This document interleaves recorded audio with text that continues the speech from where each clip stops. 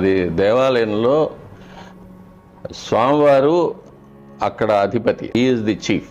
ఆ గృహానికి అధిపతి ఆయన. మనమందరూ సేవకుడుగానే వెళ్తాం.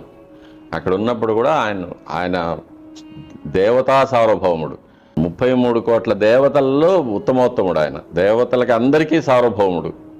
మనలాగా సీఎంఓ పిఎంఓ అమెరికా ప్రెసిడెంటో కాదు, దేవతలకి అందరికీ సార్వభౌముడు ఆయన. అన్ని లోకాల్లో ఉన్న దేవతలకి అందరికీ కూడా ఆయన పరమాత్మ, ఆయన చక్రవర్తి, దేవతా చక్రవర్తి. కాబట్టి అంతటి పవర్ఫుల్ ఎంటిటీ దగ్గరికి వెళ్తున్నప్పుడు చాలా చాలా చాలా చాలా భయంతో, భక్తితో, అణకువతో అక్కడ వెళ్ళి ఏదైనా అహంకారం, నేను అది ఇది, నేను ఇది చేశాను అది చేశాను, ఆత్మస్థుతి, పరనింద, కూత భాషణం, ఇవన్నీ కూడా ఆగమ శాస్త్రంలో చెప్పింది ఉండకూడదు గుళ్ళో.